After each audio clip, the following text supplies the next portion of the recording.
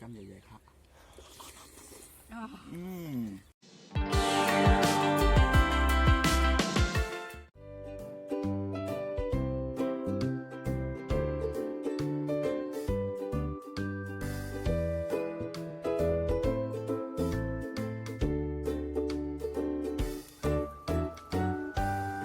ไม่สุขา ข้าวใจหนุ่มครับ ข้าวยิงขมิ้นค่ะ ข้าวไส้หมองค่ะ เมื่อไงเข้า3ก้อเตออนกันโจพี่น้องเขากับมาเลสวนพักไหนครับ อ๋อค่ะในส่วนพักก็จะมีพักปักพักน้อยหมักแตงในค่ะเนาะเฮียก็มีพักแห่งลายเมี่ยวนะคะกำเฮาเด็กกัดด้วยจำกันค่ะ โอเคอ่อนตั้งสุดนะครับเข้าคาแต่ไก่เก็บแตงนะครับเนาะไหว้สีนั่นนะครับเขาจะเอาแตงในมาเฮ็ดแตงซานะครับเนาะตอนตาให้พี่น้องเขาเลยตัวนะครับเนาะไล่เฮ็ดแตงซานะครับเนาะโอเค อ๋อค่ะกัดจำกันค่ะ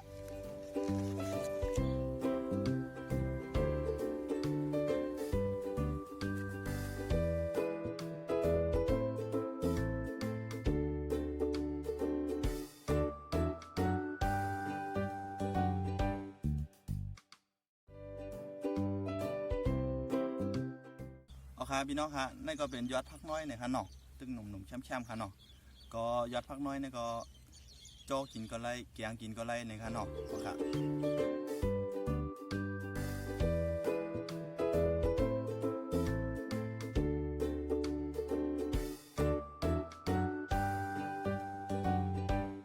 โอเค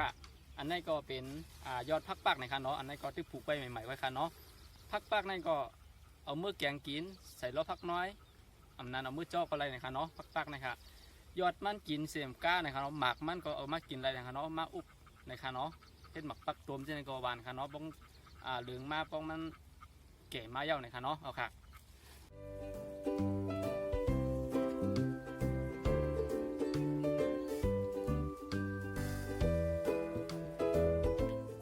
อ๋อค่ะกำในเฮาก็เต็มไว้เก็บแตงจำกันค่ะเนาะแตงที่เฮาเดียวกับเฮ็ดแตงซาคำได้ค่ะเนาะกำเฮาเตะกะหาจำกันค่ะจำไหมค่ะ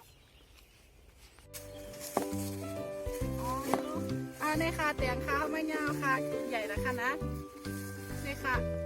กำในเฮาเดียวกับเฮ็ดแตงซาในค่ะเนาะในซาไปเอาก็เลิงลีนะคะแอบเตะส้มๆมันๆนะคะกำเฮาเตะกะทบกันดีเฮ็ดแตงซาค่ะ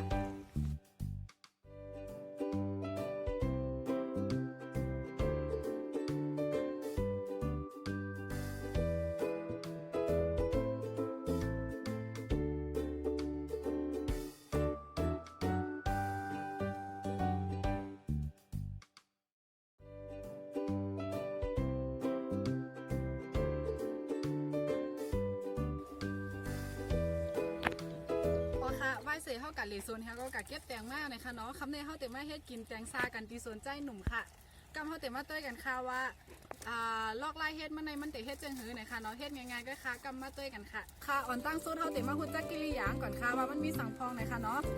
ในเต็มมีตีใจหนุ่มเฮาเลยเต็มมีโถลิ้นนะคะเนาะโถลิ้นในเฮาเต็มเลยกับโคมาก่อนนะคะนะเฮียก็เต็มมีง่าหน่อยค่ะอันนี้ก็จะเป็นง่าหล่อนะคะเนาะง่าโคนะคะนี่ก็ต้องกับโคมาก่อนนะคะเนาะเฮียก็จะมีหมักพริกนะคะเฮียก็จะมีผักอิมคิมนะคะเนาะที่ปีใจหมอกในก็จะมีเกลือมีปลาพองนะคะเนาะเฮียก็มีตั้งนานในก็จะมีผักหมี่ขาวอันนี้ก็จะมีผักหมี่เหลืองนะคะเฮียก็อันที่ขาดอะไรเฮียอีกแน่ในก็จะมี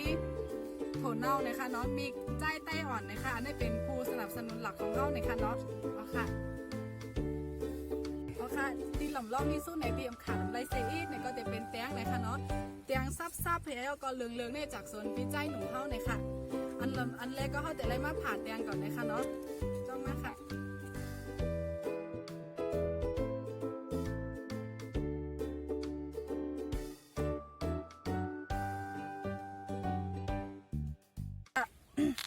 เพราะว่าผ่ายาวเนี่ยก็เฮาแต่ไรเอาเม็ดตั้งในมันออกค่ะเนาะแต่ไรยิบจ่อเดี๋ยวเรายิบจอขึ้นมาค่ะเฮียก็ขูดเอาเม็ดมันเลยออกนะคะนะกำเฮาเด็กขูดลงตีเต้นหน้าเลยค่ะนะมันเป็นเลยออกแท่งเลยค่ะเอาค่ะเพราะว่าเอาเม็ดมันออกหมดเย้าเนี่ยก็เอามาว่างไว้ค่ะเนาะมาว่างไว้อันก่อนแค่อันเลยค่ะเขาเตะเลยเอาเม็ดออกเซ็งๆค่ะนะเพราะว่าเอาเม็ดออกในมันเต็มป้อไข่หวานเลยค่ะเฮียก็ปีใจหมองย้อนกะละมังค่ะ เฮียเท่าก็เตะไรมากขุดเหมือนกันค่ะนะเมื่อกี้เอาเมนออกยาวก็ในห้องเตะมากขุดเอาเนื้อนี่ค่ะขุดกันเรื่อยๆนะคะเนาะอันนี้แล้วแต่ว่าไผ่เดเจอร์เจ้งหื้อไหนคะเนาะเตะใครขุดเอาก็ไล่เตะใครกาอันดีเฮ็ดเป็น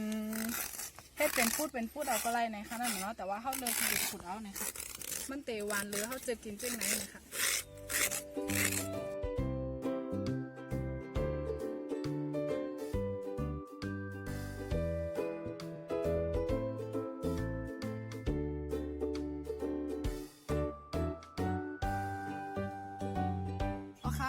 ในแต่งเขาก็เลยขุดย่อในค่ะเนาะกำขั้นตอนต่อการในเขาก็เตะไรมาถั่วลินที่เขาโค้ไว้เมื่อกี้นั่นค่ะเนาะอันนี้ก็เตะแล้วมาตำนะคะกำเขาเตะแหม่งปีใจหนุ่มในเป็นก้นตำนะคะเนาะถั่วลินง่ายในเตะไรตำนะคะเฮียก็พังอิ่มคิมกับอันหมักพริกในเขาเตะไรออกมาซอยนะคะเนาะเอาค่ะกำเข้ามาต้วยกันค่ะ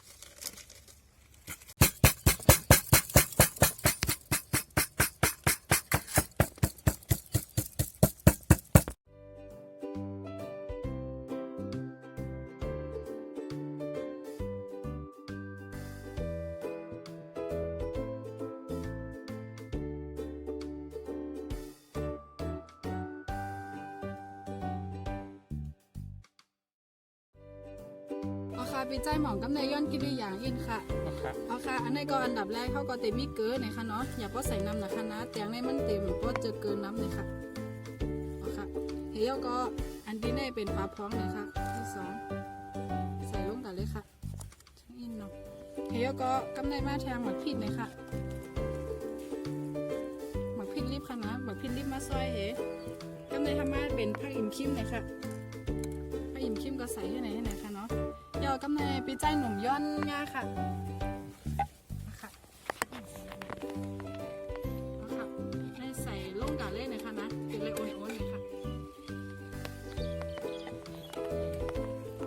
โอเคกำเนยก็มาถึงดีคักตอนกำเนยสุดยอดเลยค่ะเนาะเขาเตะบ้าโกเพิ่มมันเข้ากันค่ะ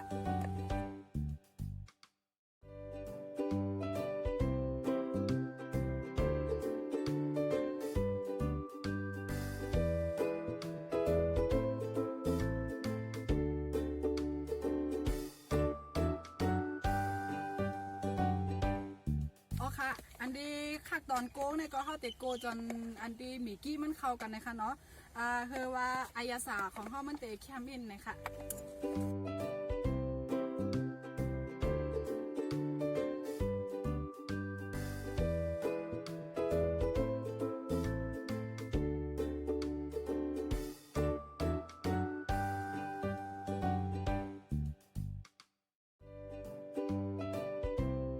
ไว้เสียเขาขาดเพชรเย้าตัวเย้าในหมดเลยเขาขาดดีมากอ่อนกันจิ้มในคันว่ามันเป็นวันโมกาในคันในของเขาขาดก็แดงสาในคันวันเหมือนในคัน